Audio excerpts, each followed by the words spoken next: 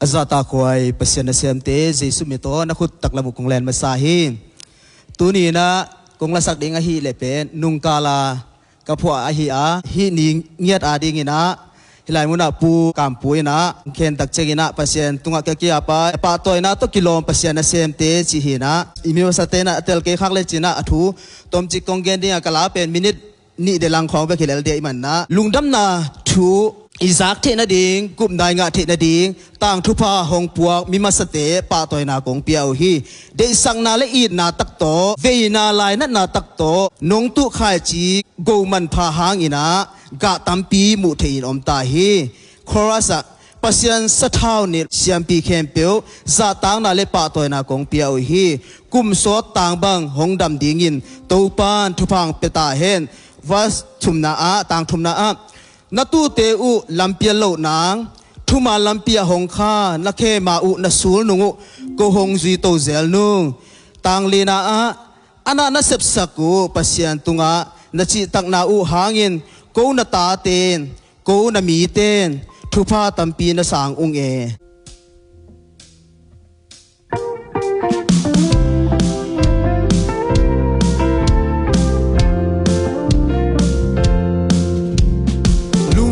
na tu Isaac thế nang na inga thế nang tu pa hong puak mi masate pa toy na kong pia u hi de sang na le it na tak to mi na lai na tak to nong tu khai si go man pa hangin ga tampi mu the in om ta hi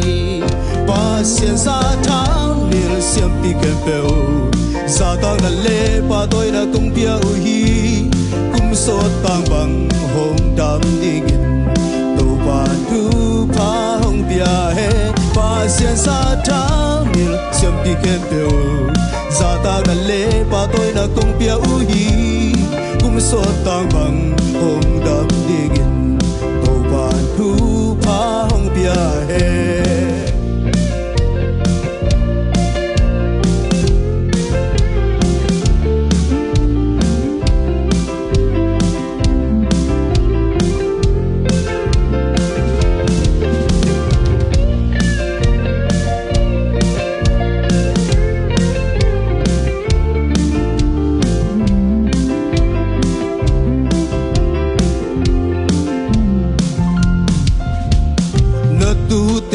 lampia lo nang thuma lampi mana hong kha na khe ma u na sul nungu go hong zi to zel nung ananda sep sa ku pasian tunga na chitang na u hangi ko na ta ten ko na mi ten thu pa dam pi na sang nge pasian sa thang nil siam pi kem peo sa tang na le pa toy na kong pia u hi kum so tang bang hong dam ding to pan tu pa hong pia he pasian sa thang nil siam pi kem peo sa tang na le pa toy na kong pia u hi kum so tang bang hong dam ding to pan tu pa hong pia he